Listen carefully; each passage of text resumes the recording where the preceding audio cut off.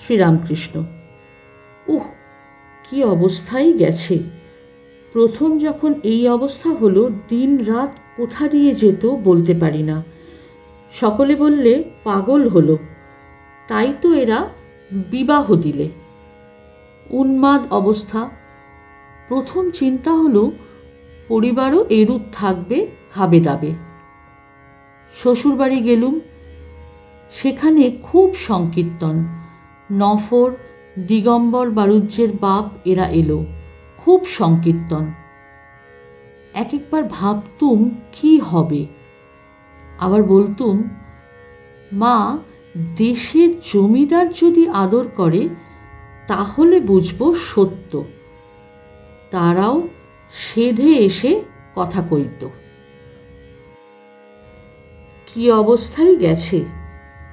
একটু সামান্যতেই একেবারে উদ্দীপন হয়ে যেত। সুন্দরী পূজা করলুম, 14 বছরের মেয়ে। দেখলুম সাক্ষাৎ মা, টাকা দিয়ে প্রণাম করলুম। রামলীলা দেখতে গেলুম, একেবারে দেখলুম সাক্ষাৎ সীতা, রাম, লক্ষ্মণ, হনুমান, বিভীষণ।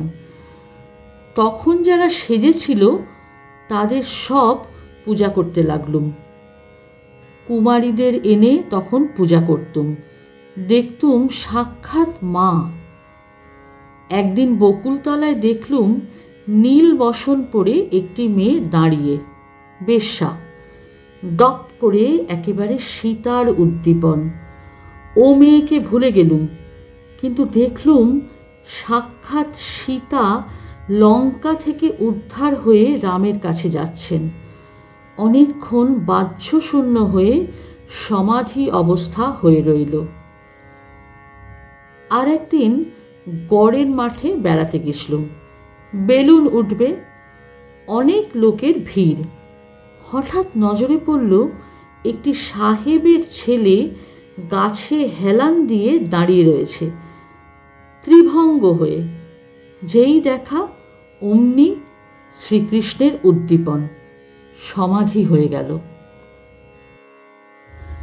শিয়রে রাখাল ভোজন করালুম, তাদের হাতে হাতে সব জলপান দিলুম। দেখলুম সাক্ষাৎ ব্রজের রাখাল। তাদের জলপান থেকে আবার খেতে লাগলুম। প্রায় হুঁশ থাকত না। সেজবাবু জানবাজারের বাড়িতে নিয়ে দিন কতক রাখলে। দেখতে লাগলুম সাক্ষাৎ মার দাসী হয়েছি। বাড়ির মেয়েরা আদপেই লজ্জা করত না, যেমন ছোট ছেলেকে বা মেয়েকে দেখলে কেউ লজ্জা করে না। আন্দির সঙ্গে বাবুর মেয়েকে জামাইয়ের কাছে শোয়াতে যেতুম। এখনো একটু তাতেই উদ্দীপন হয়ে যায়। রাখাল জপ করতে করতে বিড়বিড় করত, আমি দেখে স্থির থাকতে পারতুম না। একেবারে ঈশ্বরের উদ্দীপন হয়ে বিহ্বল হয়ে যেতুম। ঠাকুরের প্রকৃতিভাবের কথা আরও বলিতে লাগিলেন, আর বললেন, আমি একজন কীর্তনিয়াকে মেয়ে কীর্তনীর ঢং সব দেখিয়েছিলুম। সে বললে, আপনার এসব ঠিক ঠিক, আপনি এসব জানলেন কেমন করে? এই বলিয়া ঠাকুর ভক্তদের মেয়ে কীর্তনিয়ার ঢং দেখাইতেছেন। কেহই হাস্য সংবরণ করিতে পারিলেন না।